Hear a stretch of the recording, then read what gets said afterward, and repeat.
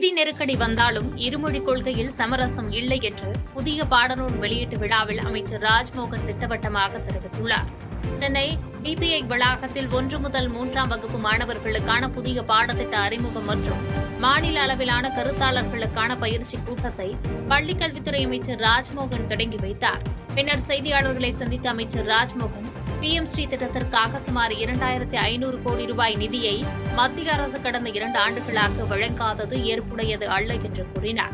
மேலும் தமிழக வெற்றிக் கழகத்தின் பிரகடனப்படுத்தப்பட்ட கொள்கையான இருமொழிக் கொள்கை மற்றும் மாநில சுயாட்சி விவகாரத்தில் எந்த மறைமுக அழுத்தத்திற்கும் அடிபணியாமல் சமரசமின்றி செயல்படுவோம் என திட்டவட்டமாக தெரிவித்தார்.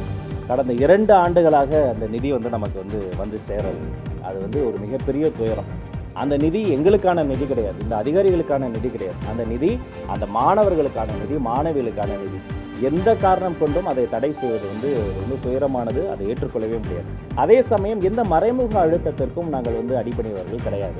நான் ஆரம்பத்தில் சொன்னதைப் போல மண்ணுரிமையும் பெண்ணுரிமையும் தமிழக வெற்றி கழகத்தினுடைய அடிப்படை உரிமையாக இருப்பதைப் போலவே இந்த இருமொழிக் கொள்கை என்பது எங்களுடைய கட்சியினுடைய பிரகடனப்படுத்தப்பட்ட கொள்கை. அதில் மாற்று கருத்தே கிடையாது. இங்கே மட்டும் கிடையாது, சிங்கப்பூர்லேயே லீ குவான் யூ ஐயாவே அதை தான் பண்ணார். ஒரு ஸ்க்ராட்ச்ல இருந்து ஒரு கண்ட்ரியவே ஃபர்ஸ்ட் நேஷனாக மாற்றினார். அங்கேயே உலகத்தோடு தொடர்பு கொள்ள அவர் இங்கிலீஷை தான் அவர் பயன்படுத்தினார். அவர் அங்கே இருக்கக்கூடிய மற்ற லாங்குவேஜஸையோ சைனீஸையோ மேண்ட்ரினோ உலகத்தோடு தொடர்பு கொள்ள பயன்படுத்தினார். அப்போ இங்கிலீஷ் என்பது போதுமானதாக இருக்கிறது. அப்போ எந்த மறைமுக அழுத்தத்திற்கும் நாம் அடிப்படையாது. நீங்கள் எடுத்த கொள்கையில் சமரசமின்றி கொள்கை சமரசம் என்ற பேச்சுக்கே இங்கே இடமில்லை.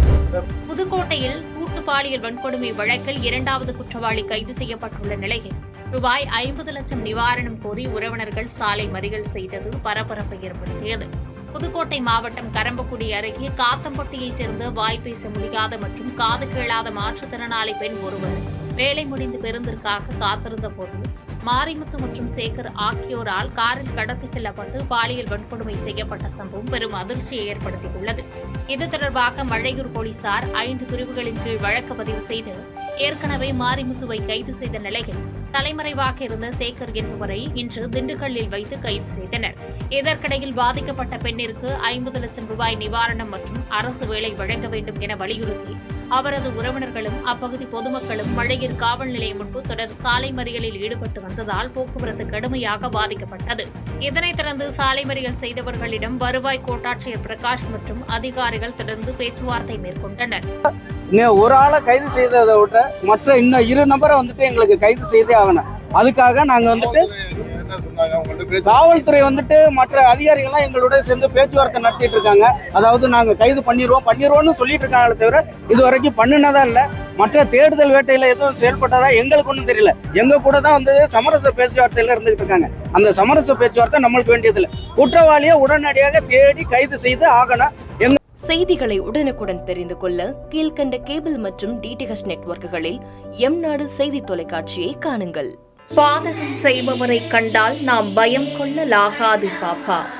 மோதி மிதித்துவிடு பாப்பா, அவர் முகத்தில் உமிழ்ந்துவிடு பாப்பா.